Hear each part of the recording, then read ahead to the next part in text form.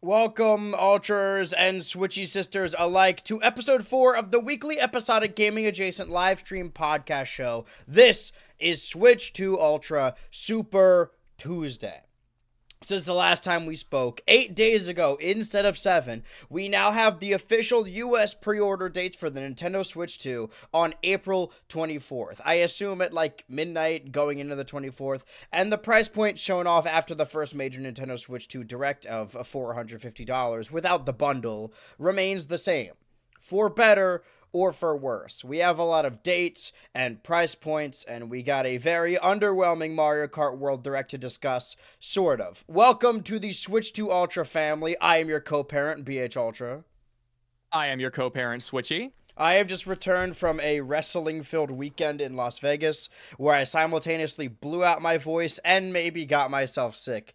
Either way, this episode will be on the lighter side, and I would likely need to be carried through most of it. And that's why you're here. How was your weekend? Oh, yeah. It was pretty good. I'm trying to think of what I did. Oh, well, I finally did like some YouTuber bullshit. And I installed a bunch of acoustic foam in my room. Oh. That YouTuber bullshit. I still have never done that. But also, like, I have a very large room. So I feel like, would you need to put it on all of your walls, or just the walls that are like in the direction you're recording it? I never really understood that, because when I hear people doing it, it sounds like they do it in a closet. The best case scenario is that it's behind you, especially if you have a cardioid microphone, which is what you have, as long as you're using your SM7B. Generally, I mean, the more you have, the better. That's the basic kind of idea, is that what it does is it's supposed to minimize echo sounds that come from a room. All things considered, my room is pretty dry. I mean, you don't hear like my voice bouncing around too much. I don't really hear it on your end either, but you know, it helps. Especially if you're gonna, process audio and stuff like that. It's useful. I've definitely had issues, and I was talking with someone about this before, that there's so many things that I notice that the average person who just watches videos really wouldn't, and it really bothers me, and I'm just like, oh, someone's gonna point this out at some point, and ultimately nobody does. But my entire, what I film on this entire wall back here is just one big green screen, because I like filming on green screen, and I wouldn't really have the space to put the foam anywhere. Yeah, but also, to be fair, the green... Oh, no, go ahead. To be fair, the green screen does somewhat serve the purpose, not nearly as much as a softer kind of foamier kind of substance, but because it's not like a solid wall, it probably does minimize a certain amount of just like sound bouncing around. So I mean, at the end of the day, I don't think you've really had that many audio issues, especially because you record most of your voiceover and camera footage with your microphone, which is already pretty isolated. So you're not usually going to get a lot. Well, I mean, one example for me, and this is something I'm probably not going to be able to fix, is that I record a lot of my voiceover, my face cam footage in a different room, which isn't acoustically treated at all. And I also record it with a microphone, or historically have, attached to the camera. So I'm like 5 or 6 feet away from the microphone. So you hear tons of the room. So like, that's why, and it's funny, I got a comment just like a couple weeks ago, someone saying, hey, I just want to let you know that your voiceover audio is really good, but you sound like shit when you film yourself. And I just said, sorry. Yeah. I'm not going to spend several $100s on like remodeling a room in my house that I don't own. Well, there's also a specific kind of like, I guess vibe would be the word to it. I've been like seeing someone being filmed on a camera and hearing like slightly worse audio. Dude, yeah. This barnyard video that has now been like officially, I did the teaser for it, so people know it's going to be the next one. I mean, obviously, I did the teaser, so it'll be the next video. That's all it means, is that it's the next one. And I say a bunch in the video, like, oh, it'll release in April. So, I hope, but we shall see. This one has been a real uphill battle because I recorded it for 11 hours. And then I just had... Like, I didn't want it to... I keep forgetting. Every time I re-record a video, I don't have, like, a uniform setup. So I'm like, oh, I'll just do this a little bit differently. And I forgot why in the previous video I had the microphone so close. I'm like, oh, I'll just keep it down here out of frame. But I'm too far away from it that, like, turning it up, you could hear everything in the room. And when it's like this, Oh. it sounds totally fine. But in this room, I'm in between like the boiler on my left and the air conditioner on my right. And I like turn the air conditioning off for these podcast episodes because I'm staring at it right now. The window is behind my computer, and that just leads to the outside. Mm-hmm. But everyone's got an entirely different setup. But foam is the one thing that like I always hear about. But when it comes to video creation, I'd say it's maybe 50-50, where 50% of the time, like half of the time, it's stuff that like, oh, you should really use this. This is really helpful. And 50% of the Mm-hmm. time, it's this thing is more expensive, so you should probably get it. Although, like, Yeah. the alternative isn't that much different. Like, I've bought so many different cameras and they all have distinct looks, and I like collecting cameras to a certain point and like filming on different ones. But ultimately, Yeah. like my near $700 camera or whatever, my Sony Lumix is probably about the quality of like your modern iPhone. Like I don't think you really Mm-hmm. need a camera to film per se.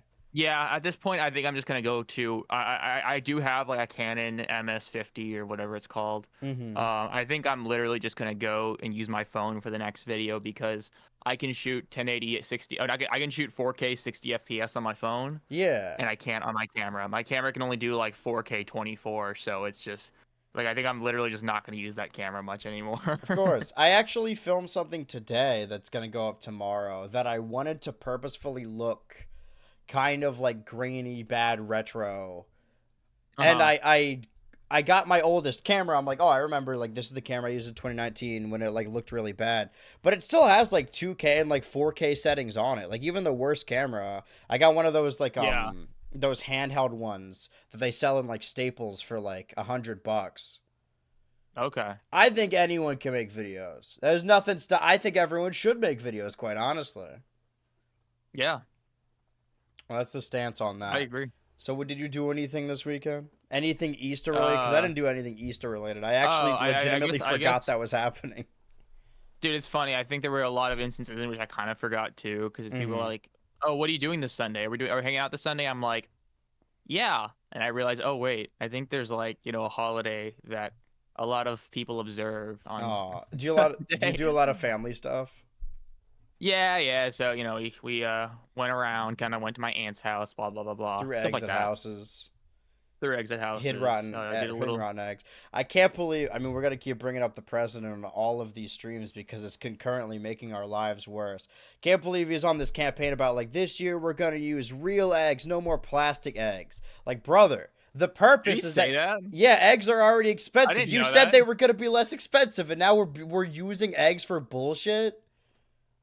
Oh, okay. Yeah. Oh, is that the? I didn't even get the joke that he was trying to make. I was like, I don't like, think what he does he was even mean making a by? joke. I just think I thought the joke was just like, there's an like, are entire we? genre of like political discourse where it's not even to make your life better. It's just like, man, thing was better when I was young. Like I've seen people, but Yeah. I don't know how much of it is actual political discourse. Like if you go outside, maybe nobody gives a shit, but you just see like verified accounts on Twitter posting about like bringing back old light bulbs, like the light bulbs they had in the 70s. It's like, well, that's who does that even benefit? You just remember it's nostalgia. It's all Yeah. just No, like it thing totally was is. better when I was kid. Yeah. No. I heard you see a lot of these dumbass montages of just like '60s movies, Well, or, it's or, it's or always footage of like Once Upon a Time in Hollywood, and it's always footage of the Manson family in that movie. Like it's yeah. Margaret Qualley and like Sydney Sweeney like in the car driving around. It's like, man, they kill people. It's like, it's It like never looked like is that. Yeah, I mean, I our guess is if this you our were ideal? yeah, I guess if you were like rich in the 70s, it's just like videos of white people, and they're like, we need Yeah. to go back. I don't understand that. Yeah. Engagement farm I for think one of Twitter, my check favorite that. lines in the movie Dazed and Confused is when, because that's an entire just like not a 70s nostalgia movie. Mm-hmm. And there's, it's just basically, I don't know if you've seen it. I have not. Basically it's just a film about a bunch of high schoolers, smoking weed and kind of partying one night, more or less. And I Mm-hmm. remember there's this one line where some girl is talking to her friends in this like 70s nostalgia music movie, and she's saying, "Oh, well, they say that the decades alternate. So the 60s rocked, the 50s sucked, the 40s rocked. Of course, the 70s." She said something like that, Yeah. and it's kind of funny because I would first of all, I would assume most people would say the 40s are better than or worse than the 50s because Yeah. there was a global war going on during the 40s, and the 50s was kind of the very much the what's the word, Aftermath, the the boom. the aftermath, and also the economic boom, post-war boom that happened. I would say the 50s, all things considered, were probably better to live in than the 40s.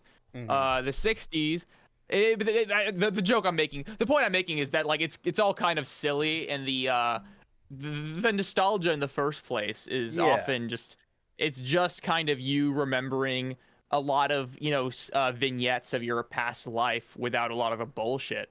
I always make the joke is that, oh, I'm for some reason nostalgic for shit that I was doing 3 years ago, living the exact same lifestyle, but like thinking about it now, it felt different than what I'm doing now. If that makes Yeah. sense. Even within Like this year. Was it I where miss it aimlessly browsing the computer in 2022. Now I'm just aimlessly browsing the computer in but it was 2025. so much fun, damn it. There are certain time periods that stand out like that. Or even like since we're talking about crises and recessions, like being like, man, for me it's 2008 for whatever reason. Like I have so many fond memories of that year.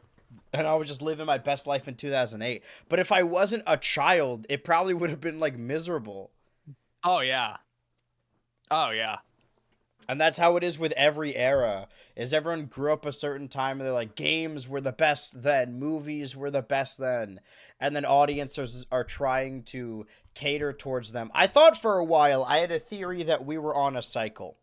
Cuz you have a show like Happy Days, a popular Uh-huh. show in the 70s that's set in the 50s, and then also like Grease came out that decade.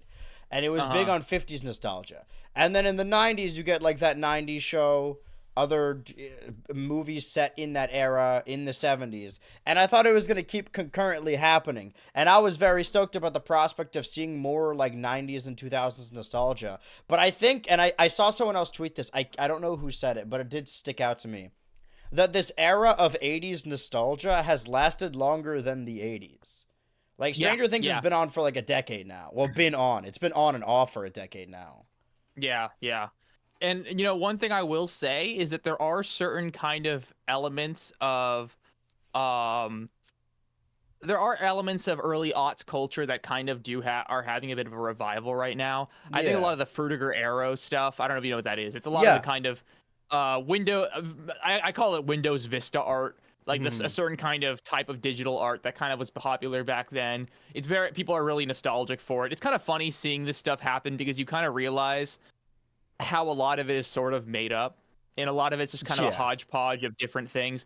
I don't want to talk too much shit because the animator who made this, that it's just a playful animation. They got a lot of shit for it, but there's this one animation of this kind of I think I know what you're talking about. um yeah, so basically it's based on the kind of raw kind of scene culture Yeah. cat stuff, and it's like this character singing to this fan song that is basically someone singing over one of the Kevin MacLeod or Macleod, I don't know, it's Macleod or MacLeod, I always said one of those McLeod, but that could be wrong. Kevin MacLeod. Or Uh, McLeod, yeah. it's the da da da da da da da da da, like that kind of like Yeah. stock music. And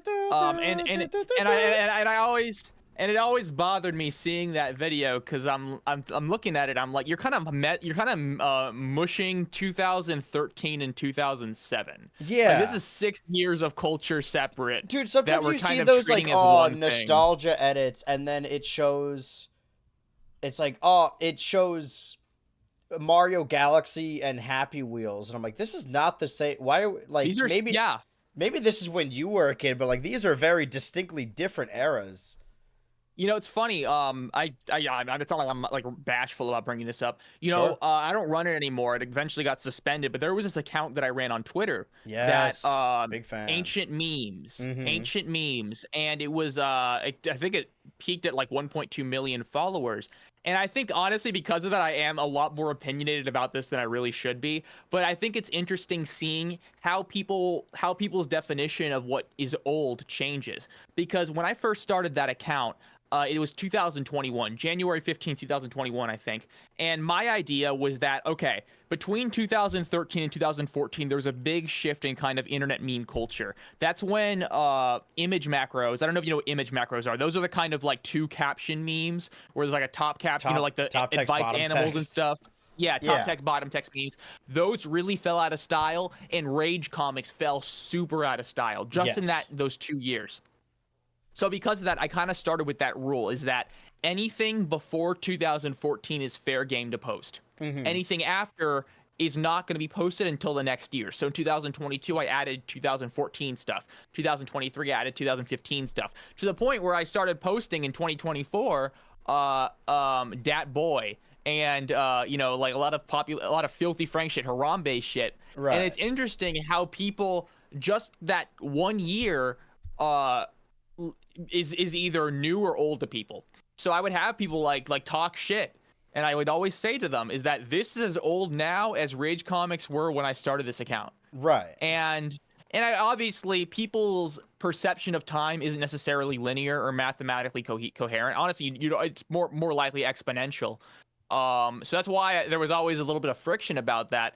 And it's funny seeing all this stuff 10, 15, 20 years later, because you really see firsthand how a lot of people's basic, I said vignettes earlier, they're kind of fragments of memory kind of mesh into a bit of a narrative that isn't necessarily based in reality. And all that's to say is that nostalgia is powerful, and it also clouds your vision and perception of things. Yeah, I think maybe if we can admit a little bit that like I hate when people said the Wild West days of the internet. It sounds so tacky, but like our 70s is the internet in a way, like prior to the big social media boom. Because, I mean, I don't even want to say when we were on it as kids that, like, less people were on the internet, but that probably is true, at least a little bit. No, it definitely is true. Especially with the development and the popularity of smartphones, I would say, because it's crazy. There are a lot of people I know who barely know how to use computers because they only really use stuff on their cell phones. Yeah. So I could see that being true. Obviously, for example, I remember in 2011, 2010, the biggest YouTube channel was Ray William Johnson or whatever. Yes. And he was the first YouTuber to hit 2 million. Nowadays, there are YouTubers with 2 million subscribers I've never even heard of. Yeah. And the biggest YouTuber has like 200 million. So, I mean, the scale at which people use a lot of these services, not just in the United States, that's another part of it, is that, the internet has took a little bit longer to like really become a daily kind of utility for people in the developing world. So that's also a huge amount of people who use the internet nowadays that weren't really using it when it was only really kind of getting popular. And also that's not even to say we're only in our 20s. I mean, the internet really started in the 90s, although back then it was way well, that's what I was going to say is comparatively there are less people on when we were kids, but also like I wouldn't say that's when there were the least amount of people, because like the 80s it was such a nerdy thing. The least amount was like dial-up days. Yeah. And also I think a lot of people forget that back in like 2008, having good Wi-Fi, having high-speed internet was hard. So my stuff would always go down. Sometimes I'd like wait like 10 minutes to just like go from one page to another. I think it's just easy. I think it's just easy to forget how difficult certain things were when you were using the computer. Sorry, that's not a proper sentence. I think it's easy to forget how difficult certain things were back in the supposed golden days. There were a lot of things that I really am glad I don't have to deal with anymore. Yeah. Well, it's just there's always going to be goggles for any period of time. Like I was just on the West Coast a couple of days ago, and sometimes I think back to like my period of time living in California, and that's where like the videos from 2020 came from. Like that Izzy video I filmed in that California apartment, and I've been staying with one of my friends who was also my roommate then, and thinking about like, man, like, oh, that was so fun, like just being able to like leave my desk and just go and do all these things together and just do whatever. And then I was back on the West Coast for a little bit, and I was like, man, we didn't have air conditioning, and there were it was miserable when I was in it.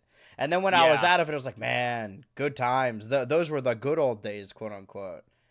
But I've not stagnated, but I've lived here where I am right now longer than I've lived anywhere since moving out. So it doesn't feel like a longer period of time. Although like looking back at like 2022, I'm like, oh my God, that was forever ago. It was 21 then. Entirely different era. And 25 is just getting started now. But my line of thinking, or what led me to that saying that our internet is different from the current internet is how separated everything is. I think it was a lot easier to track memes when the internet was a lot more centralized, where like the most popular memes everyone was aware of, and most memes Uh-huh. like everyone was using. It's a comparison of like, oh, when there was a sitcom on in the 90s and that was the biggest show everyone was watching, as opposed to now, like a show that has millions and millions of viewers could be a show you've never seen or heard of that's on a streaming service that you don't even Yeah. have access to. Whereas I was going to say, what began this circular thinking rather is when I was about to say like, oh man, you know what's like fun is like being able to wrap up all those memes in a year together in like a rewind, like a YouTube rewind. Bringing that back would be really fun. But then you think about it, and there's so many popular memes that the average person probably hasn't even experienced. And even looking back at YouTube rewind, I'd say like 90 to 99% of the people in those videos I did not know.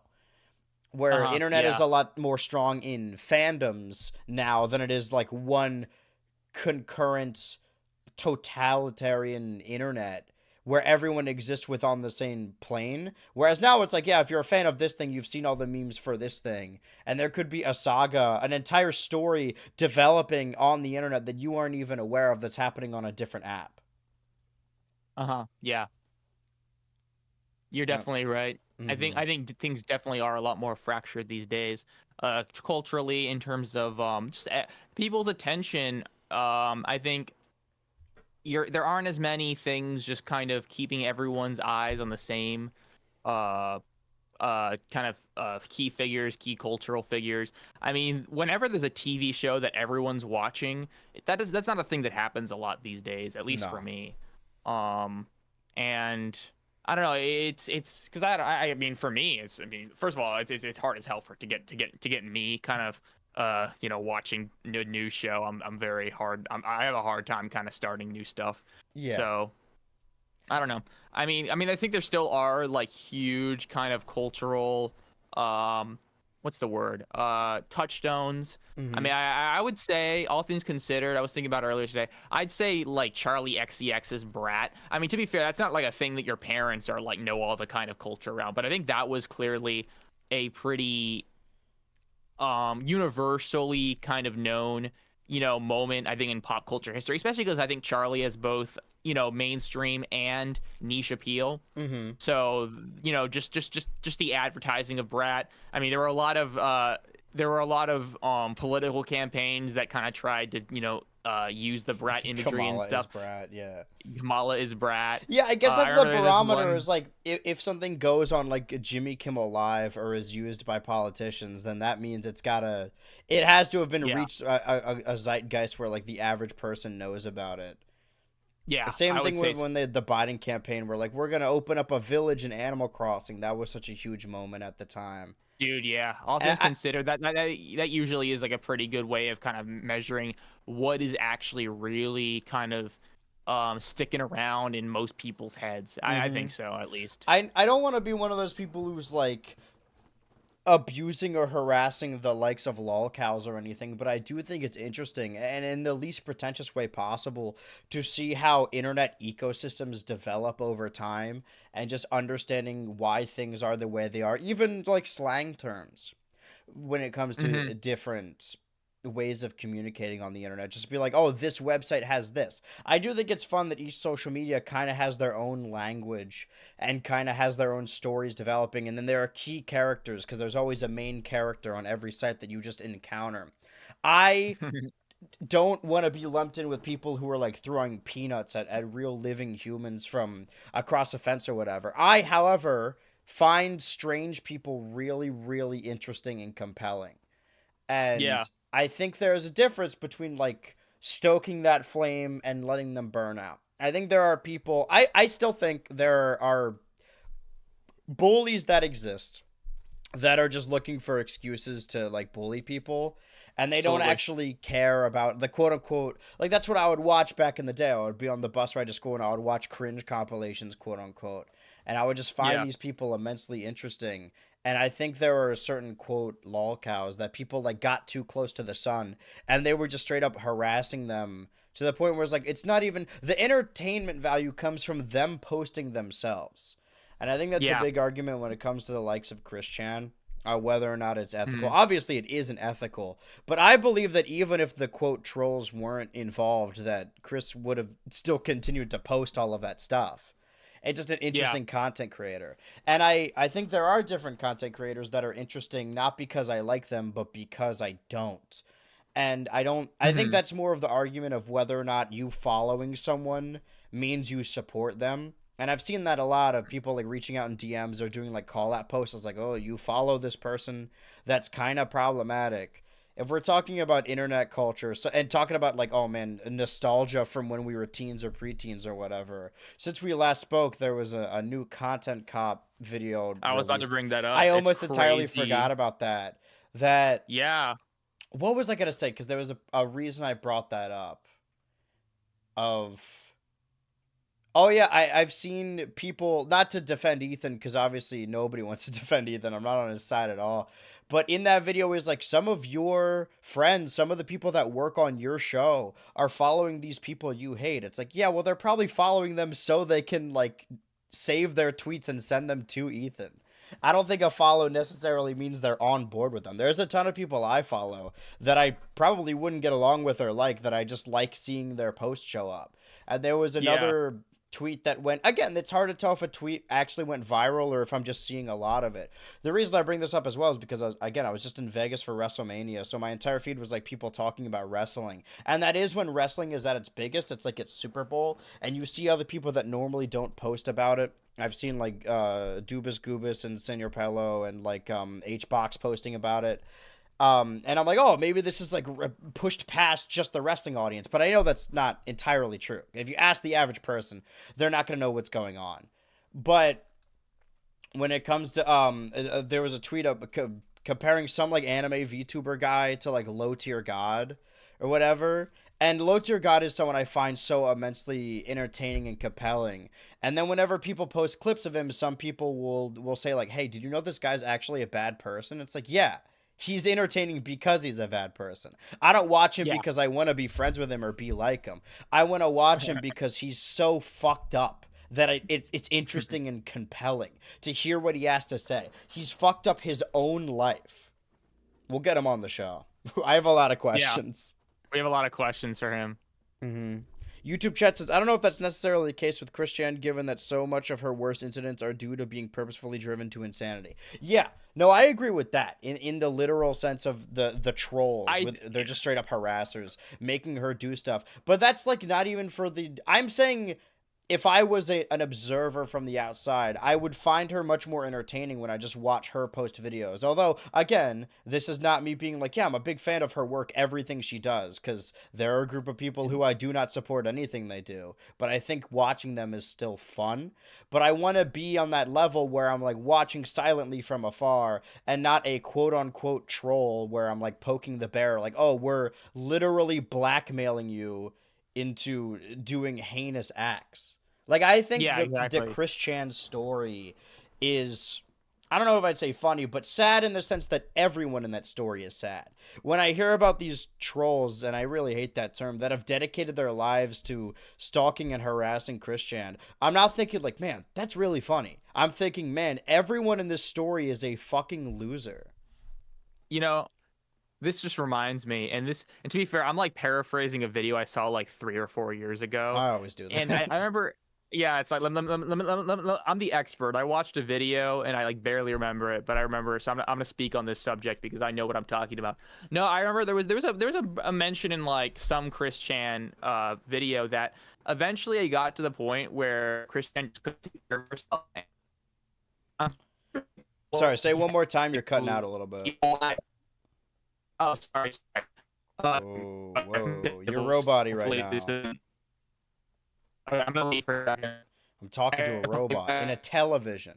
All right, guys, this is Switch to Ultra. I suppose we've given up on the Nintendo aspect of it. I mean, there's still more things to talk about. I really thought I was going to have to, like, slug my way through this and worry about talking. Because, again, my throat is very sore from screaming, and I may have gotten myself sick. Even before WrestleMania weekend, I was trying to deep clean my room, and I inhaled, like, a metric ton of dust that just made, like, I still feel the little bumpies on the back of my throat.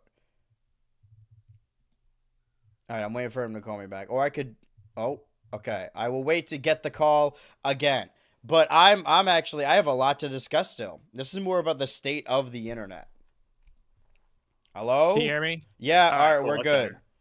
I was saying that this podcast became more of the state of the internet because again, we are, for Uh, lack of a better term, internet historian. You know what? Fuck it. yeah, I'm the for internet sure. historian. Who cares? I've begun doing this bit on stream whenever there's someone like I don't like or like overall people don't like. I'm like, yeah, I'm that now. I'll be playing a game. I'm like, yeah, I'm the completionist. I'm gonna steal this name. So sorry. What were you saying? That's pretty good. That's pretty good. Yeah, you were All talking right. about Yeah. something. Basically, I'm pretty sure Chris Chan at some point she was having so much trouble kind of taking care of herself that I think the lead person at Kiwi Farms ended up trying to manage her finances for her or something, or they were taking the money, like taking commissions that she would draw, and they would take care of the money and give it to her, or some shit like that, Yeah, where almost this entire website that was kind of made just kind of prod you and and get reactions out of you. Um, Literally, its lifeblood is you to a certain way, in a certain way it's that they obsessive. kind of they kind of need to take care of you to that extent, which is just kind of like, I mean, that's just like a whole kind of circle that where eventually this person this person that basically you've made an entire website dedicated to harassing. I'm not gonna Yeah, like this is figure it very up or literal sweeten gang it up. stalking. The It's like only real literal shit. occurrence. Yeah. And because it's been a thing you've done for so long, eventually that you kind of develop this almost codependent relationship with this person that you're bullying. It's kind of fucked up when you think about it. Of course, it's incredibly Uh, fucked up. But yeah, that's why I use the term sad, and not to like feel yeah. bad for the people harassing her, but just like there's no protagonist in this story. It's all bad.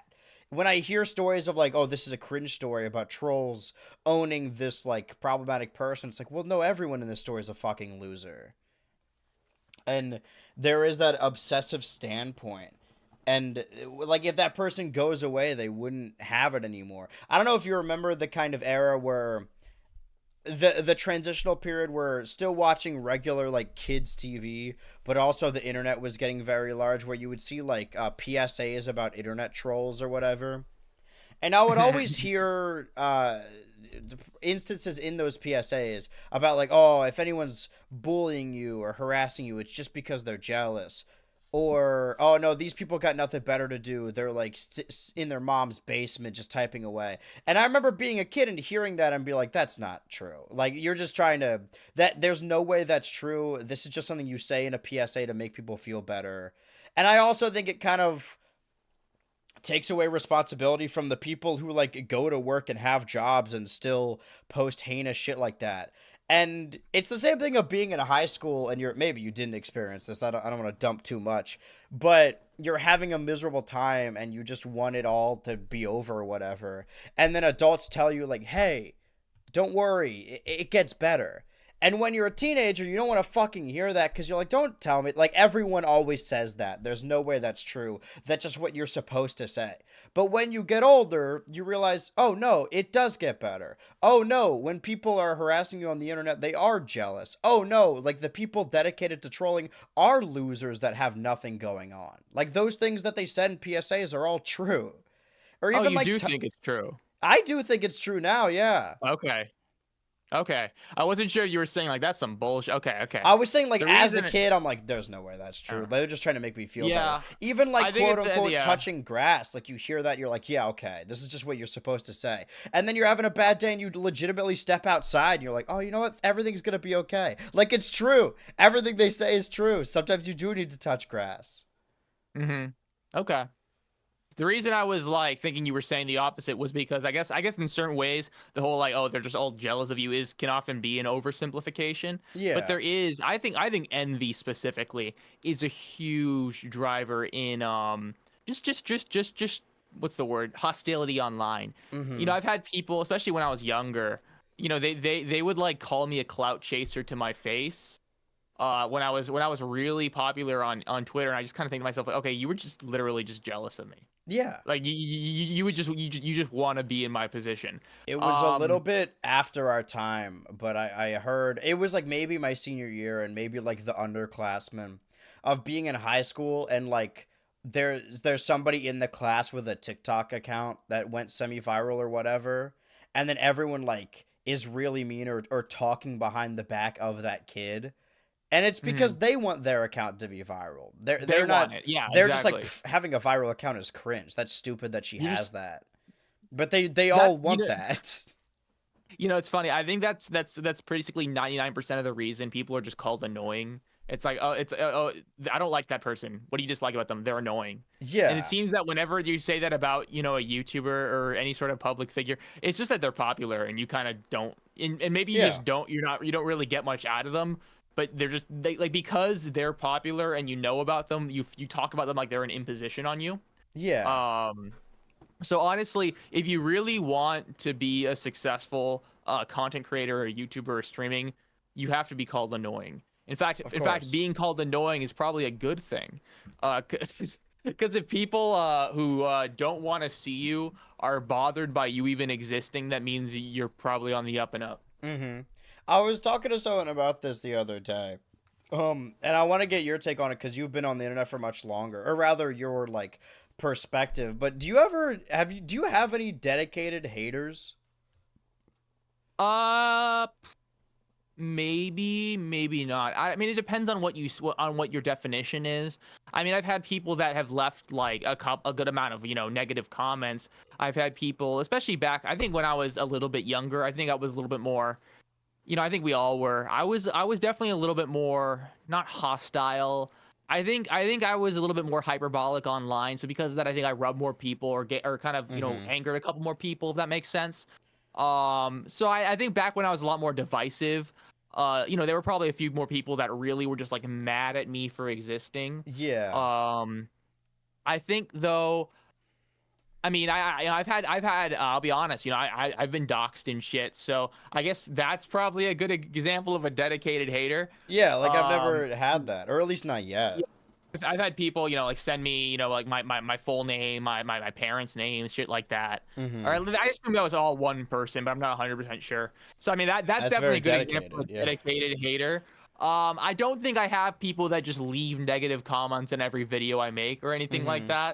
that. Um, to be fair, I've had people that exhibit like weird behavior, and I've usually just blocked them or whatever. Mhm. Um, but I think that there's probably a decent amount of people that just kind of don't mess with me and just kind of like Yeah. stew at the thought of me existing. Just I mean, just by the nature of being, having 60K subscribers. Right. I think that's the thing with me is that like I haven't really experienced that because I think people see the number and maybe overestimate how popular I am. Like I don't know Uh how huh. I got to 100,000. I truly think it was an accident or something. Because I'd say like my Hmm. concurrent viewers, people that watch everything, are like closer to 10 to 15,000. Those are the Yeah. people that are like watch me talk about anything. I'd say that probably like 100,000 are people who really like total drama, maybe just like that specifically. Yeah. And you said earlier that like, oh, when I was a kid, I was a lot more hostile. I think this is a beast with two heads.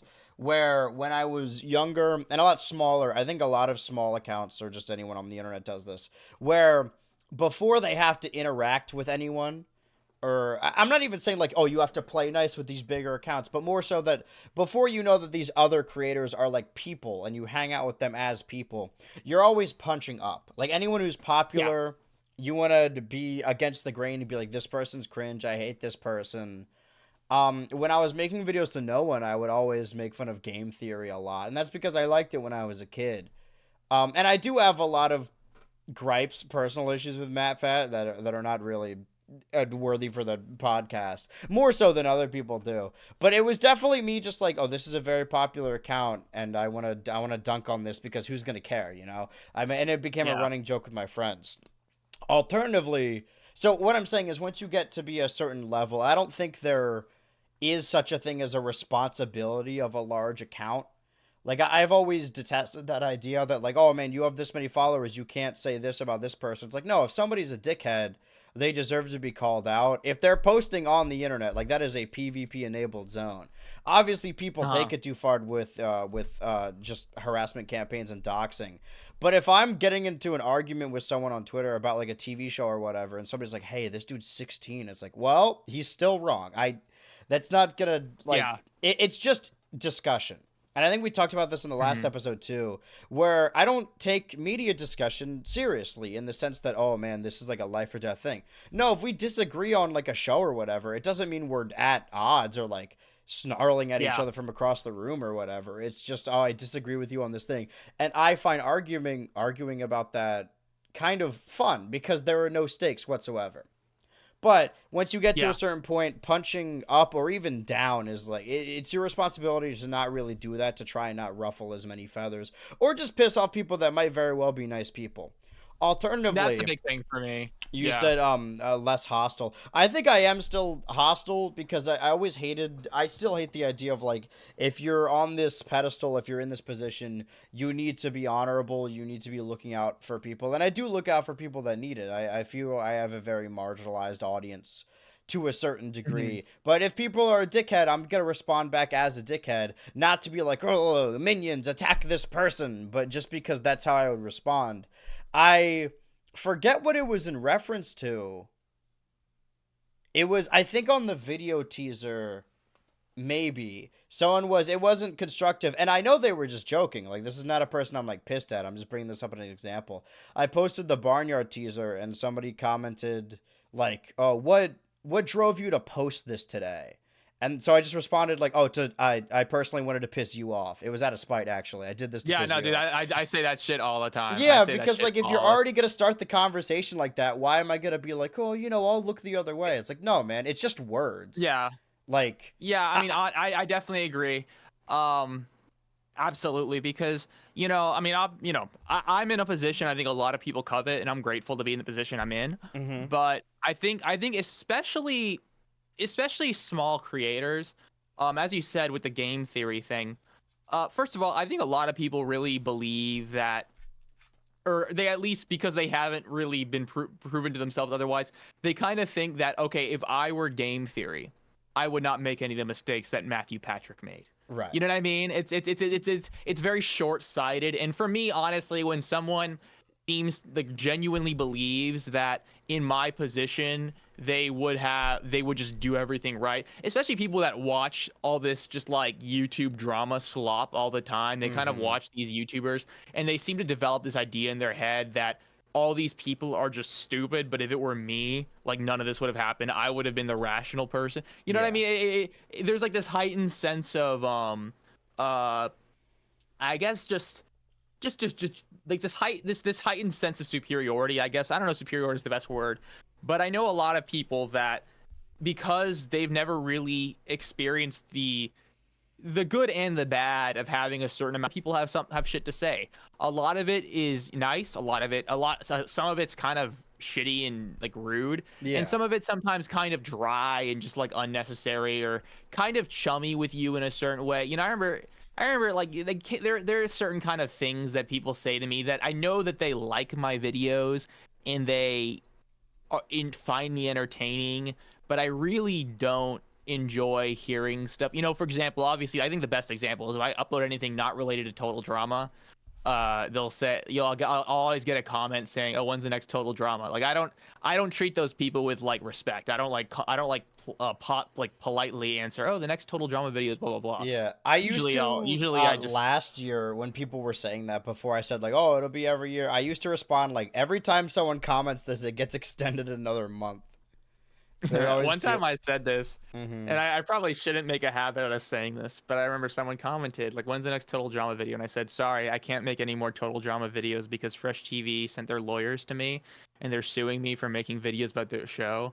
And I'm currently millions of dollars in debt, and I'm never going to make any Total Drama videos again." The reason I don't want to do it again is because although I found it funny, I remember in a different comment section, a fan of mine who probably, and this sounds ableist, who probably is neurodivergent, has trouble understanding sarcasm, was like really convinced that I had gotten in legal trouble and was telling people that I got. So I felt bad because they were not the ones that were just kind of, being a little bit I guess honestly, I guess the word would be rude, but I don't even Yeah. want to say it like It's tough to that. tell over the Just internet too. I think that it's yeah, just a marketplace of being noticed, and some people believe that one, if they're mean or annoying enough, then they will be noticed, and that's ultimately what they want. It's a quest for attention. Or two, they say yeah, like, "Oh, I could be as mean as I want because they won't even see this." And that is the yeah. main difference between reading comments and getting comments. Is that I don't know if you have notifications on or whatever. I still have my YouTube Studio notifications on, so when I get a comment, like I'm alerted to it. I don't read them all anymore. I don't get it on Sometimes my I just phone. I scroll. think if I Yeah. got it on my, I only get it on my phone if it's by like verified accounts or accounts with over 100,000 subscribers. I'm Mm. pretty sure. I don't know why. I only talk So to whenever rich Lula people. comments on one of my videos, I get it. But Yeah, Lula's very sweet. I got a comment or if it's some, on yeah. the Smash teaser. She's like, I don't know what this means, but I'm excited. There's people who my favorite thing to do is to immediately make them feel bad in a way. Is that people begin with this abrasiveness, with trying to be mean, and then instead of like fighting back, you just make them feel as bad as possible. So there Yeah, was I do one, that I too. forgot what video it was. And this isn't even, I'm telling this story because this is not a lie. This is like literally the case. I didn't lie to this person.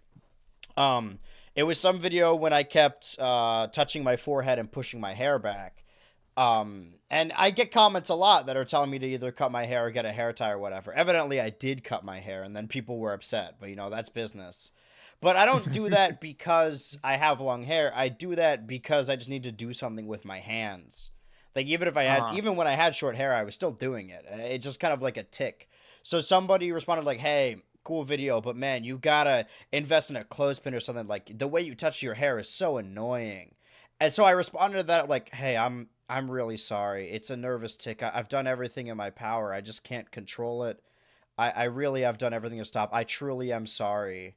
And then the response immediately was like, "No, no, no, I didn't mean it. I'm sorry. I didn't Yeah, no, like I've I'm done that. I've done that. yeah, it feels good to make them feel really bad about it because Yeah, they should and feel bad about it." I don't even, yeah, no, because honestly, on some level, and there is an element of creators. I think you kind of have to be ready to hear shit like that. But Yeah. honestly, I think that's a totally fair way of telling someone, hey, the little comments and pointers you give real people, they are heard. And I'd recommend if you're gonna like comment on someone's behavior like that you don't know, that you only watch their videos, you have to be ready for them to respond to you. And a lot of Right. them aren't ready to respond to you. You know what I mean? Because I don't know what they want you to hear. Do they want you to like stop doing it? Maybe. But I think when they say it like that, there's kind of an implication that I feel like they kind of want to make you feel bad or make themselves feel better. It's like, oh, well, I Yeah. don't have any nervous tics that I do when I record my own YouTube video. You know what I mean? It's just, I don't know. I mean, at the end of the day, it's just the golden rule, treat people how you want to be treated. And I think to myself, I wouldn't want random people leaving comments telling me that I do weird things. You know what I Right. mean? So, I don't know. And some people mean well. That's what I was gonna say. Is that like when we get a comment, it's sorted by new comments, so you see what all the new comments are. Whereas when you're on the YouTube page, I mean, you can sort by new comments, but by default, it's always gonna be top comments. So there are a lot of I don't do it on purpose, although it does drive up engagement, so I appreciate it. That sometimes you get some information wrong in a video, and if we had annotations Uh-huh. again, then I could just put I it on wish the we did. I screen. wish, cause I wish that was a thing. I don't know why they ever took it out because it really is a good way of doing stuff. Because there are things that I would love to fix, or at the very least have people immediately know, oh, that was a small error or whatever. Just so, just for the sake of people knowing what's true and what's not true. Yeah. You know what I mean? Well, the reason is because like it's there are instances that come up a lot in the comments, but if you're sorting by the most popular comment, you're going to assume that nobody else said anything and you're the first person to say it. So more often than not, I'd say the most common comment I get starts with, "Hey, I don't know if anyone told you this yet," and then so on and so forth, and it's something that everyone's already told me. And again, like I don't blame these people because they don't see the other comments, but I'd say the top three are like, "Hey, Anne Maria is in Redonkulous Race. Hey, What would H2O did air on Teen Nick, but not Nickelodeon, so season 3 did air in the West. And hey, I don't know if anyone ever told you look like Jay Schlatt." And I'm like, "Yes, people have told me. I know." I comment? I got tempted the other day because someone said, oh wait, I'm pretty sure the Mega Mushroom is new to Mario Kart World. And I was about to be like, "Arr!" And I realized, never mind. I'm not the Well, first person. sometimes little corrections are I'm okay. not the That first person. I'm there not the first. was No, no, no. I'm sure they got, plenty of people letting them know that. You know what I Yeah, let mean? me go. There was a video. I can go through my comment history here. That it was a video that didn't have a whole lot of views or someone with a whole lot of subscribers. That's what I like doing now, by the way, is not doing it on purpose, but now that I'm the creator with subscribers or whatever, is when I watch a video from like someone who has like 1,000, I'm like, hey, nice job. Like I like this part or whatever. Oh, it was a Uh-huh. let me look into this. It was, yeah, this person has 700 subscribers. But the video did get 40K. It was the 2000s trauma iceberg explained. And Uh-huh. my comment was just about what to say. I really appreciate you making this the way you did. Many presenters on icebergs like this on here are so anti-art and absurdism for some reason. That is something I want to talk about. It says, however, Steve Odenkirk worked on the Thumb movies and Neutron, not Bob Odenkirk. The person said like, oh, Bob Odenkirk worked, or no, they don't say the name, but they said like, oh, Steve Odenkirk, the creator of Jimmy Neutron, and also on Better Call Saul. The reason I commented that is because that's a similar mistake I made in the Thumb video back in the day where I called him Steve Odenkirk, even though I knew they were Uh-huh. different people. And I knew no one else said that, and that was, I mean, that's why I posted about the Nikki video as well, the total drama bit that just entirely misinformation about like, man, I can't believe the Shane Dawson character was in total drama. It's because I legitimately don't think like it's a video with it's already got 1 million views, and I don't think anyone else has like said anything about it yet. That's why I posted is like and I think it's still in the video as far as I know. Not enough to be like, man, we gotta do something about this, but Is this SDZ? yeah. Did I had like no idea if that was a joke or not when I saw you post about it. I'm like, is this just like a joke? Like No, she's I being wasn't genuine sure in that. the video, which and it also has I thought the that was. it also has the Oh, cadence of okay. people who are posting like whenever there's like a fart or feet or whatever in a cartoon. They're like, man, the people who write for this show should be And like it's like fetish art. ashamed. Yeah. Well, it's also like irresponsible to say like, man, the thing that's not even in total drama is like being like, man, I used to be a fan, but this is too far. It's like, well, they didn't even do it. That's not real. I remember there's this one joke. I think this one comic. It's like some comic about Aladdin and Jasmine, and I forget what it is. I think she's like asking him like, "Oh, how much do you love me? Do you love me more than your like whatever your shoes or some shit like that?" And then like the last frame is a picture of Aladdin kind of looking down with his head on his like with his hand on his head, and that's like from like animated gay porn. Like all the Yeah. other frames are from like the movie. The last one's from just like fan made gay porn Or that that they just same decided to use. SpongeBob tweet that goes viral every now and then. It was like, oh, we were too young to understand. And it's clips from entirely different videos of him Oh yeah, like, the oh, he freaking was like doing like SpongeBob drugs. doing like ecstasy and then partying or whatever. Yeah, Yeah. entirely different things. YouTube chat here says I have a burning hatred for J Shot. That's what I wanted to say earlier as well, is like when you were mentioning people or YouTubers that you like just for or dislike for no reason, just for quote unquote maybe being annoying. There are like swaths of YouTubers that I don't even have a good reason to dislike or stop watching, and I don't even realistically actually dislike them. But I really hate comparison. Like when people are like, "Oh, you remind me of this person," or "You look like this person," Uh-huh. and it kind of subliminally makes me not want to watch them. So there's been a long period, like I haven't watched Eddie Burback or Jay Schlatt for a while, even though I do respect them or even like them, because people compare me to them so much, and I'm like, I don't want to accidentally like copy them, so I Yeah. purposefully don't watch. It's funny. I feel so bad. I think I might have told you this before. I met you. So one time, just a picture of him showed up, and for a split second, I thought it was you. And I was Yeah, like, no, that's not I him. don't blame Well, people. that's Like why they say that. they're right. Yeah, like That's I why they say understand that. that.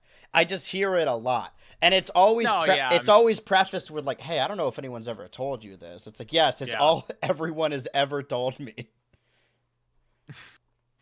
But that's the current. It seems like we're covering the current state of the internet. Before we were talking about Yeah. large harassment campaigns and people who are just kind of bitter and envious, and that comes through with trolling or trolls like staying in their basement. I think since the last Switch to Ultra episode, I don't know if 4chan's like gone. What happened there exactly? Do you know anything about this situation?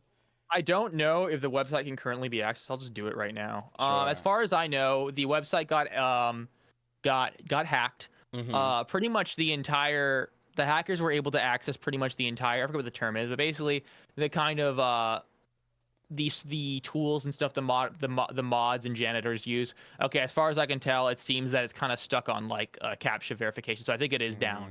Mm. Basically the entire back end of the in code of the website got hacked.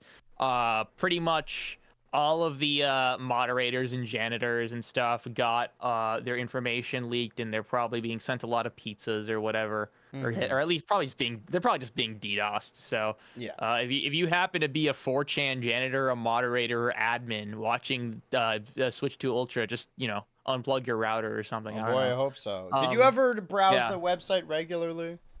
I'm not a Not fan. really. A little I bit in promise I'm high not a fan. school. A little bit in high school, I would like browse V and stuff like that. Mm-hmm. But I kind of fell out of it because I think you realize, because I think especially for, I don't know about you, I remember like in 2015 there were these YouTube videos. The Gamer from Mars would make them. It's the like top Yeah, 10 funniest 4chan pranks or I do remember whatever. that. And it's like all these like and it kind of talked about 4chan as this kind of just logical conclusion of like internet trolls and these like hilarious people. And then you kind of browse the website and you kind of realize it's all the same conversations over and over again. Most of it is just kind of time wasting stupid shit. Yeah. And I think because everyone's anonymous, you never really get that much thoughtful discussion because it's so easy to just kind of say some contrarian shit and like fish for replies. Yeah. And because of that, it's not that serious of a freaking website, and it's hard to look at it as really that meaningful for any kind of discussion. Because let's say for example, especially back when I was in high school, I kind of wanted to look at it as a decent kind of place for rumors and discussion to kind of be seen as someone who was interested in how people were talking about Nintendo. So I would go on V or whatever and see what everyone was saying about the new Nintendo Direct. And I thought, wow, it looks like everyone hates this. Everyone hates Nintendo. Everyone hates everything Nintendo does. And it's not that simple. It's very easy to just kind of, oh, okay, the new Smash character came out. Let me just talk shit on 4chan, Mm-hmm. just because it's fun. And it's because if I like, say some ridiculous crap, people will go crazy. That's what the website usually is. That's why, I mean, although I am pro internet anonymity, I think it is good and it's valuable for people to be able to kind of speak their minds without necessarily, having to disclose information about their personal lives.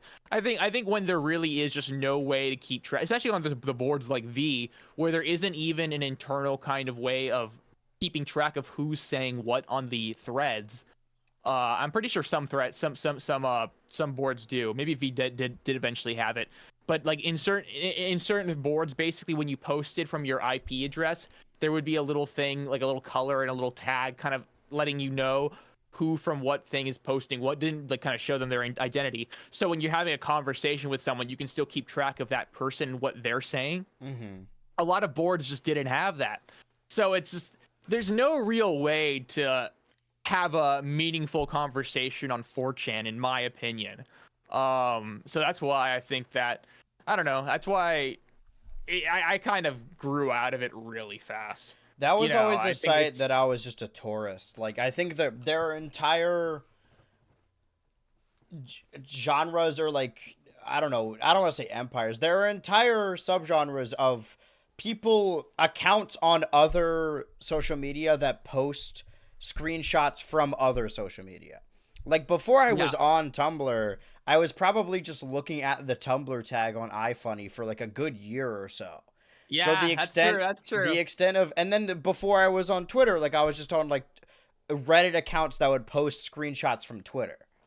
Yeah. And before I was on TikTok, I would watch videos people posted of TikToks on Twitter, so on and so forth. But I never really got into 4chan because like all the best stuff, that was my opinion on TikTok, is like I don't need to download it because all the best stuff will get to me at some point. Like I will see it. Yeah. Although I do like curating my own feed and I like making TikToks now, but that was one that like I think if people who regularly use that website talk to me, they'd probably be really offended that I'm just kind of a tourist. That the extent of my Uh-huh. knowledge is just like going to accounts that would post screenshots like r/green text or anything like that, Yeah. and that's the extent of what I feel. But I've seen, I mean, if we're I don't know how to grace this, but if we're bringing together all of these topics of people of a deep-seated hatred deriving from envy and also self-hatred and also the anonymity of it all and very specific verbiage and vocabulary in specific audiences. I don't know how much we can discuss this or how much nuance we can have in the topic as two cis guys asterisk, but I do see a lot on my feed just because there's a lot of Venn diagram overlap of like, oh, wrestling fans and people who use Twitter and people who post art and like cartoons and like Smash Bros. There's a lot of trans women I follow on Twitter. And sometimes there are other ones that I encounter or like interpersonal drama, and there are terms and words that seem so silly to me or just like sound funny to say out loud that you would never hear the average person say. And they're all derived from envy, you know, and I think there is a large swath of trans women on 4chan who are just their entire audience, or not audience, but their entire agriculture is about like shitting on popular trans women for like Yeah, being absolutely. attractive, and they're just like, this will never be me. It's like you're not even giving yourself the opportunity. Anyway, the reason what I say is because there are terms like, I don't know if it's offensive to say, but like I've seen it on my feed calling people like twink hun passoids, and I'm like, this is alien language. Like nobody actually talks like this. The term Yeah. passoid is so fucking funny to me. Like you could just enjoy your life without thinking about how other people look. And I do Yeah, think a no, lot of it it's is rooted in envy. yeah, and I mean, but once again, I don't want to, talk about it as as someone who's as if I were like deeply invested in the culture, but it does Yeah. seem to be, and that's not, this isn't to excuse the behavior of the people saying a lot of that shit, but it seems to be a very toxic, expression where these people fixate on, I guess, like other big well, fix on big creators and just kind of make their lives miserable or say the most heinous shit Mm-hmm. just out of envy. And frankly, I'll be honest, what seems to be a very deep rooted self hatred, how they look, what they feel, and I remember, I don't want to name names. I remember there Sure. was this one relatively large account that was posted a selfie, and then someone replied to them or quote tweeted it saying, "I hate how happy this person I is," or did "I see hate how that, happy yeah. she is." And then the person responded like, "Sorry, I guess," and they got kind of a bit of pushback, like, "Why are you responding to this small person or whatever?" And I kind of think to myself, if someone tweeted publicly, even if they didn't have like a huge follow, even if they had like a couple hundred followers or whatever, that my joy is literally a source of pain for them, or they're like, my joy is something that is a problem for them. That's a very, very harsh and like I guess heinous. That's a kind of a fucked up thing to say. Mm-hmm. And I think responding to it, especially because she didn't like talk shit. She just said, "Oh, sorry," I guess, which is a little sarcastic, but that is fair game to me. I'm sorry when you Yeah. say shit like that about someone. You're that is a it's just tit for tat. I Right. think it's just. It's I mean, I guess another argument ideally, of responsibility where I do think yeah. there are a lot of creators who like I don't want to say sick their audiences on people and then they throw up their hands and they're like, whoa, I can't, what, I'm just supposed to know what all of them do. And I think you do have, at a certain point, you are aware of how your audience acts. And I think that reflects poorly on you. I do think there's only so much you can control. You can only control how many people watch you. But I do think your audience is reflective of you in a way. I think that's probably fair to say. However, Mm, if you say like, "Oh, I disagree with this person, you're wrong," or like dunk on them on Twitter or whatever, and then people who follow you start like DMing them or whatever, like at a certain point, there's only like you can't possibly be aware of that. There's only so much you can police, and what people choose to do with their time on the internet is really on them. But again, like yeah. some of that is emblematic of the people who follow you. I Yeah, I'd agree. browse I'd agree. sometimes. I definitely stalk every now and then. I go through my following and just see like, oh, what are these people up to? This applies to everyone watching now. This is all of you guys. Sometimes Mhm. I look at your accounts. All right, and a lot of them are cool. I don't think I've ever really encountered someone that I'm like, why the fuck does this person follow me? Like I think I wear my emotions and my feelings on my sleeve. I don't think there is anyone who could be like, man, he made it political. Now I can't watch. Like I don't think anyone that does not align with the way I view the world would enjoy my videos anyway. And I don't want them there. Mhm. And you can Yeah, call for that an sure. echo chamber all you want, but why? That's scary in 1984, says Twitch chat. But that's where we are with that. I just think the reason I brought that up, it wasn't completely innocuous, is because I saw a lot of people, now that 4chan is going down the tube, saying, like, well, they're just all going to go to Twitter now. And I'm like, good, man. Some of them should. Like, I'm not going to say Twitter's better, like, better than any other social media, but it's a lot more, there is a little bit, a twinge more of self-love on there. And I hope the people who were, like, envy posting on 4chan and constantly spiraling get to experience some kind of friendship or satisfaction on other social medias, because I truly do think I think it's irresponsible to refer to a social media as like a force of nature and saying like this is the thing because you be on that damn computer that's like forcing you to feel like this. But at a certain point it's true. Like, I like to be aware of things that are happening in the world and I like to be proactive, but at a certain point there's only so much you can do and it just resorts to doom 1 second. scrolling. Like, there's only, I'm gonna continue saying what I was saying. Like, I often, since the election of it all and hearing more and more bad news, I'll just, like, for an hour maybe just scroll on my TikTok or my Twitter feed, hearing about more and more awful things and about how we're all fucked about everything. And I understand that. I understand being aware of current events and why you need to stay informed. But at a certain point, if you can't do anything, all you're doing is fear mongering yourself. Doom scrolling is Yeah. bad for you. Mm-hmm. I mean, yeah, I think in general, and this isn't a call to be, what's the word? Be God, what is the word? Be, I suppose, Proactive? not, well, I guess the opposite, right? This is an idea. This isn't a call to not be proactive, not try and make a change if you can. I Defeatist. think, though, defeatist, Yeah. complacent, that's the word. Yes. I think it's not a call to be entirely that. If I think if you do be a place for you to make changes, kind of, raise your voice, make help where you can. That's absolutely true. But at the same time, being super invested with shitty things going on that you really can't do that much about is not good for you. Obviously, once again, if you see a place for you to kind of speak about it, kind of, develop a certain amount of kind of awareness to certain things, that's definitely true. But like, I think, especially back when I was a little bit younger, I would be a lot more angry about just bigoted people existing in general, in Yeah. the sense that just like there are people who believe shitty things, people that believe hateful things.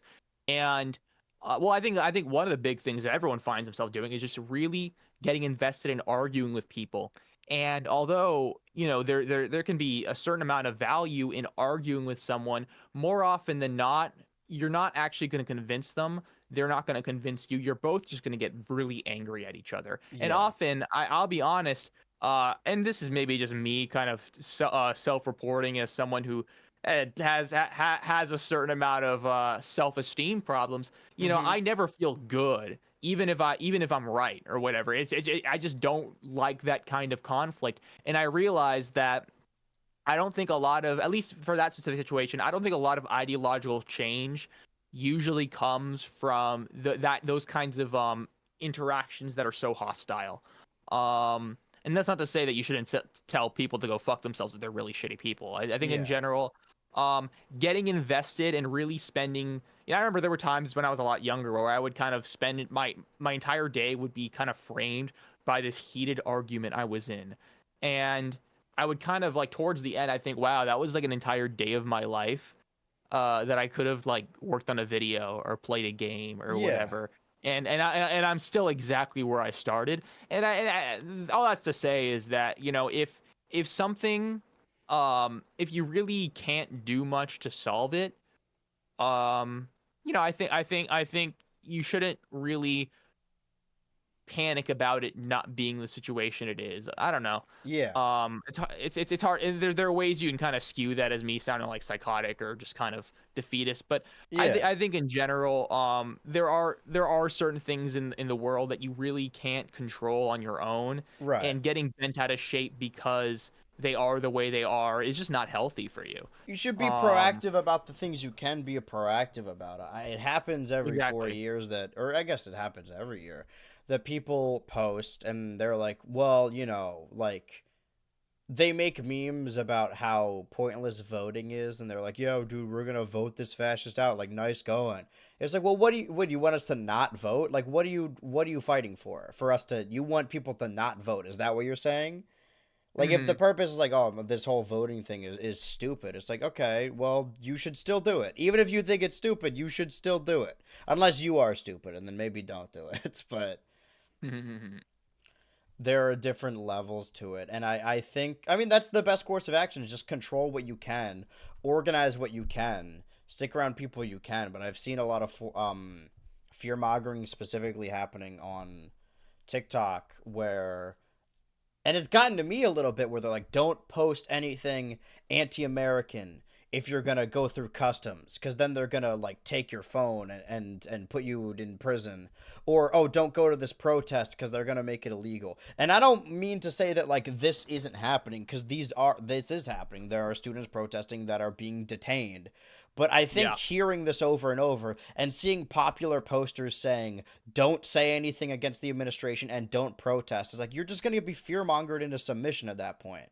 Like, at a certain point, Mhm. you need to do something. Like, you don't need to put your life on the line, but if you're so afraid of anything that you're just going to let things happen around you. Again, ultimately, there's only so much we can do. And I Yeah. like to believe that there are people that do care about upholding all of this. And honestly, the best thing I could do is just be like, I just got to survive the next couple of years. I just got to make it through, I guess. If we Uh-huh. want to bring this episode full circle and actually at some point talk about Nintendo Switch news, due to all the tariffs and everything, now we have information that the pre-order date is April 24th, which will be, I suppose, midnight tomorrow, like 23rd into 24th. I'm going to see if I can get in there. I think it goes live. I know at the very least it's for GameStop. It might be for other websites. If it is GameStop, I'm going to do it if it's the one I can go to. And the price point is the same. So it hasn't gone up, but it also hasn't gone down. And I think maybe it helps them a little bit with the publicity, be like, well, they did only so much they could do. The price point is the same. And maybe it was all a scheme, you know? I'm not saying Nintendo created COVID. I'm just saying that's when they got their best sales. It's oddly suspicious. But do you think It's you are something to think about. going to pre-order when the 24th comes around? Absolutely. I mean, I mean, because I think I said this last week or the week before. I'm not very confident that I'm gonna be able to get a Nintendo Switch 2 if I don't pre-order it. Mm-hmm. Because I mean, even if things go well, I mean, I don't think most of the tariffs are going through. I think they really just went for China. At least in the form they And were now they're initially backing down announced. They from were the that. reciprocal China stuff. wins again. Let's go. Switch Yep, 2 yep, Ultra yep. is the only Twitch podcast sponsored 100% by China. Hosted out of Guangzhou. Is that how you Mm-hmm. pronounce it, Guangzhou? I don't know. But anyway, the point I was making is that, so yeah, no, if it's anything like the first Switch, I think it's gonna be kind of hard to just kind of, like walk into a store and buy it. I Yes. remember trying to do that with the Switch One, even in like August, because I didn't get it for a couple months, for certain reasons. And I remember like walking into multiple stores, multiple Targets, Toys R Us, Best Buy, couldn't get my hands on it for a while. So, and I don't want, and for this show, and also because I'm kind of a Nintendo drone, I definitely want to get my hands on it as soon as possible. Right. We have, Do we know actually the GameCube games are going to be playable on Switch 1, or is that just probably going to be Switch 2? I think it's just Switch 2, because it is a part of Okay. the expansion pass or whatever it's called, right? Uh-huh. We Yeah. have another Super Tuesday next week, and then one, two, three, four after that, and then I believe that is June. That will take us into June. So June 2nd will be the final episode of Switch 2 Ultra before the release of the Nintendo Switch. We got about 6 more episodes of these, I think, if I counted correctly. 1, 2, 3, Uh-huh. 4, 5, 6. Yeah, 6 more. And we propped this up about talking about the new price, or the same price point. We now have a pre-order date, and there was a Mario Kart Direct. Ultimately, it didn't really show us anything other than No. the non-play, or the characters, the tertiary enemy characters show up on the character select screen. which I'm less and less thrilled about every single day. I'm gonna be honest with you. The tertiary random characters or the character select screen? Both. Mm-hmm. Yeah, looking at it, well, I can show it on screen here real quick, is how many markers there are down here that people thought like, oh man, there's going to be so many additional characters. But it seems like multiple of From these the slots jump, are taken by costumes. It seems like a lot of this just are going to be costumes. alternate costumes. From the jump, when I saw the pages and like the initial like reveal, I'm like, those are costumes. Yeah. Because they showed us the costumes, and immediately I'm like, okay, there's gonna be a good amount of characters in this game. I think we already confirmed for like at least a few dozen. Mm-hmm. And that, I mean, that's a good thing. But one thing that I was worried about from the initial direct, or not the initial direct, not the initial show off, but the first Switch direct, I was pretty worried that we had basically I was worried that they weren't like hiding any characters from us, and I could be wrong. I think that they probably aren't hiding any characters from us. What we see is what we're Mm-hmm. going to get, which is a bit of a downer for me. I mean, maybe I could be wrong. I just think that there are certain Mario characters that seem to have been kind of snubbed.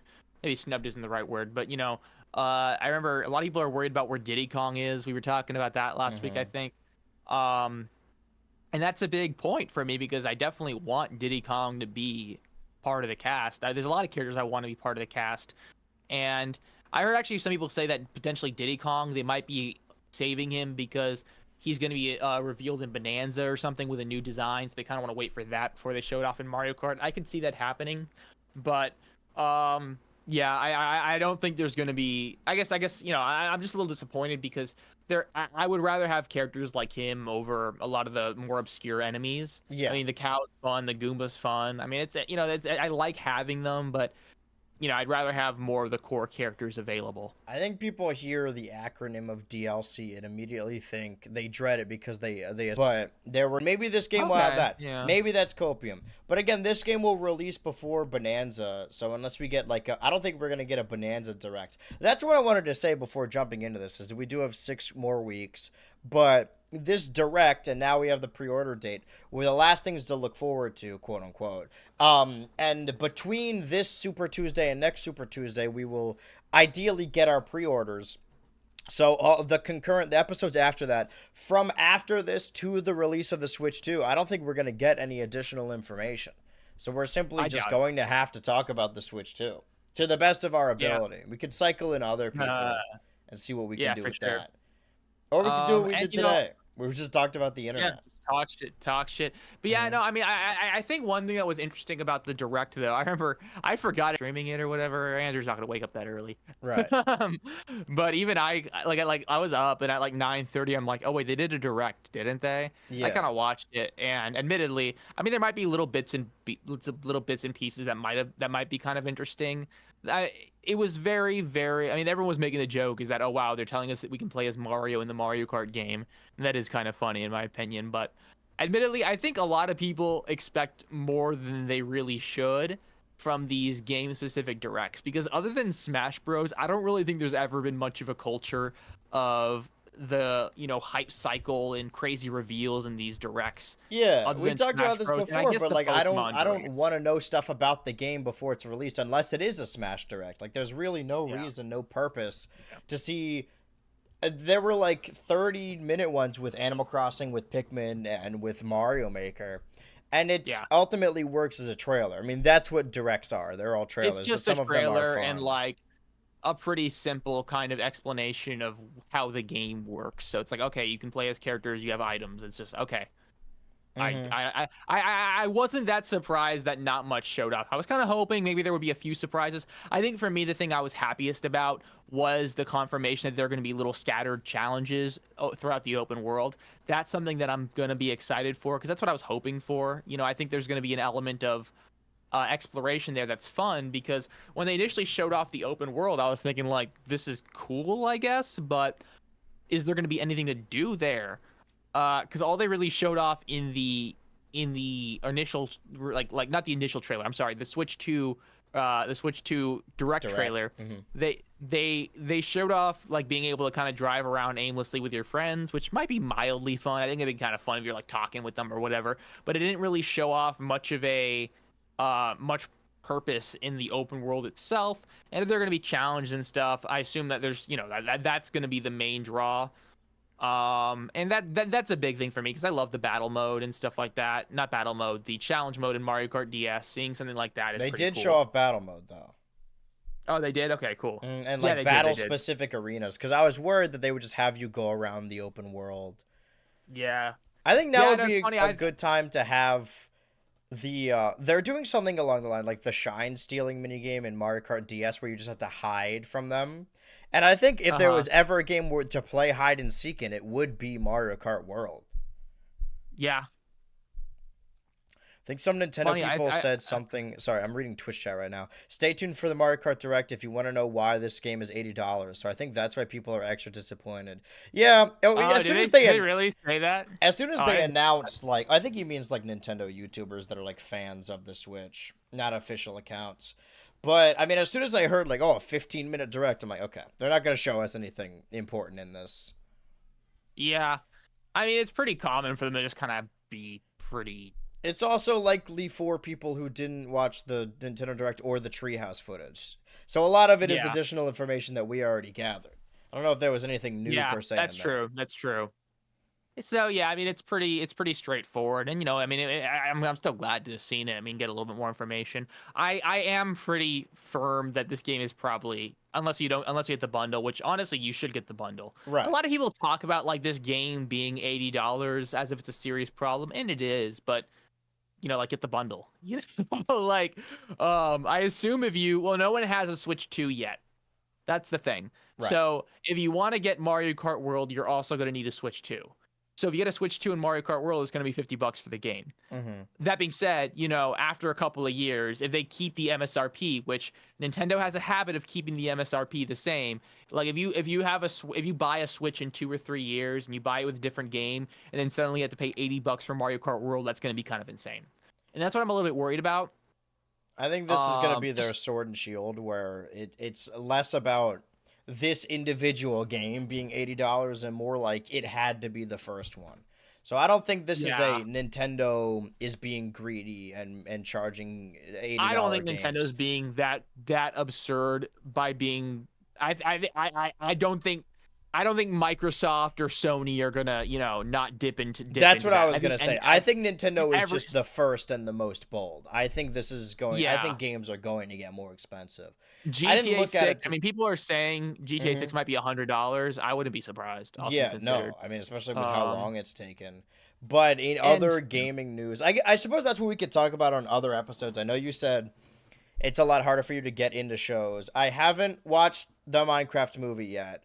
And if we're circling back to what we were talking about earlier when it comes to pandering with certain films, I wanted to say when it comes to movies like Star Wars or Indiana Jones or like Jurassic Park or whatever, I could see those being series and sagas, or Alien that you keep continuing. But for me, they had to be concurrent. And when I hear rumblings about like, oh, they're gonna whenever they make a new Ghostbusters, or like they're gonna do a new Goonies or a new Gremlins, it's like these movies mean nothing to me. Like I don't want to see a new Goonies.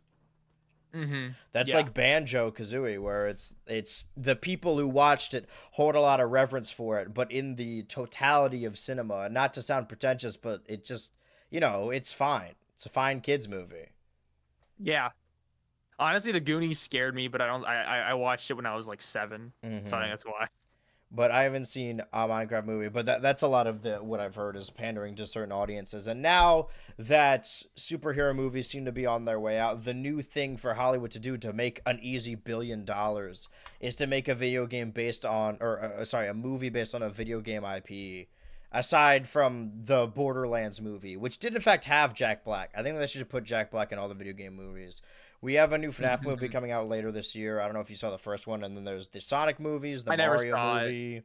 Sonic, Mario. I'm surprised it took them this long to kind of really get that going because, I mean, I guess, the infamous Mario movie from like the 90s, everyone hates that. But I don't know why it took them so long to kind of hit the ground running with adaptations of these like huge franchises. Right. The fact that it's because I mean there were like Mario cartoons in the 90s, but honestly like they were kind of crappy. It just seems so obvious that a Mario movie would do well with a certain amount of care put into it, because it's not like the Mario movie is like a huge kind of like incredibly special movie, but it's a faithful, meaningful It's adaptation of the fine. Mario franchise. I think there was a good amount of love put into it. There's a good amount of like care for the franchise. It was definitely made for both fans and general Yeah. audiences. um I don't know why it took them so long to realize that was a good idea. You know what I mean? I just think It's they like, didn't let's like trust anyone enough, and there was yeah, that a, might be a part of it while. too. I think after like Lupin and after Spider-Verse and after Peanuts, there was a resurgence of 3D animated films where they have a certain level of artistry. And I think because Mario is based off of those older Mickey Mouse cartoons or even Popeye, that if they made it during like the Shrek era or something, it would be way too restrictive for what they were looking for. Even though those Hmm. were 3D models, I think now would have been the time to do it. And I think the Sonic team, although Sonic hanging out in New York City with humans is a very Sonic the Hedgehog thing, depending on how old the person you're talking to is. But I imagine they are kicking themselves a little bit that they didn't just immediately make them animated films, and instead they gotta have the humans like kicking around. Yeah. But there's a subgenre of film like the Mario movie, like the FNAF movie, and even like Transformers 1, which are totally fine to good films or just like kind of bad, that kind of get overblown because it's a thing people like and they've been fed Yeah. slop for so long. Transformers 1 is the best Transformers movie, but it's like fine. It's okay. Yeah. I mean, that's a whole thing about just Mhm.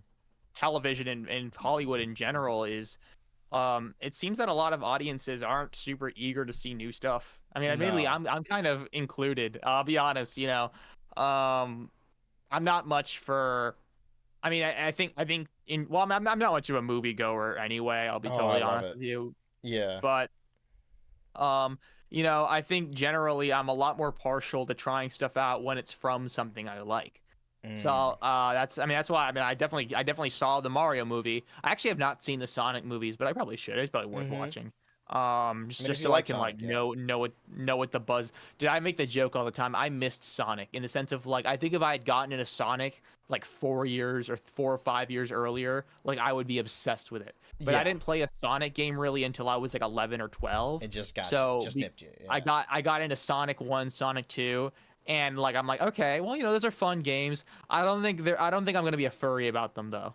The You know what I mean? extent of Like, my Sonic fandom was all fan works anyway. Like I never watched the yeah, cartoon or played the games. Like it was all Flash cartoons or YouTube videos or like Flash games that I would play. That was the extent of my Sonic fandom, my love. So that's why when I view Sonic, I objectively pretend he's in the public domain because everything I like about Sonic is from the people. Even like Sonic Mania, which was an officially released game, was made by fan modders yeah, to begin with. But the reason all this yeah, comes up is because it's also made its way into. Well, what I wanted to say is the way I managed to over. I had that for a while where like I didn't want to watch something that I didn't already know. That the lateral movement is just like to do the thing that old heads used to do and get really into directors or actors. Like I would see people go like I'm gonna see the new Tom Cruise or I'm gonna see the new Denzel. It doesn't even matter what Denzel Washington is in. He's just a huge star that people will go to see it, even if it's like yeah, Gladiator 2. um that they'll just see the actor they like. And I used to see that and not understand like, well, they're not being that actor in the movie. But now I get it. Now you kind of want to see actors you like and you want to see them perform. And the same thing was yeah, with directors. Like I don't know if I mean, because I go to the movies every week, I eventually just end up seeing whatever they have. But it does help to be like, hey, this is from the director of this movie, or this is from the director of this movie, so on and so forth.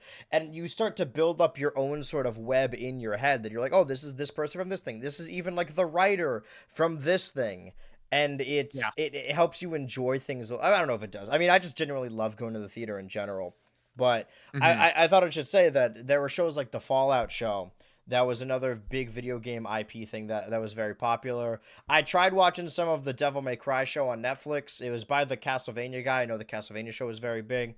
So this recent like swath of video game IP being popular isn't necessarily a new thing, but it is the bubble is getting bigger. Like we're on the precipice of that being the only way to make $1 billion now. But I the since we've started this season 2 of The Last of Us TV show for HBO I started up. I haven't watched the first 2 episodes yet, or I haven't watched the first episode, or maybe it is the first two. But by next Sunday, I think the second episode or third episode comes out. So I don't know if you've watched that show or at all or have any interest of it, but it might be worth discussing once I'm caught up on that show. Oh, okay.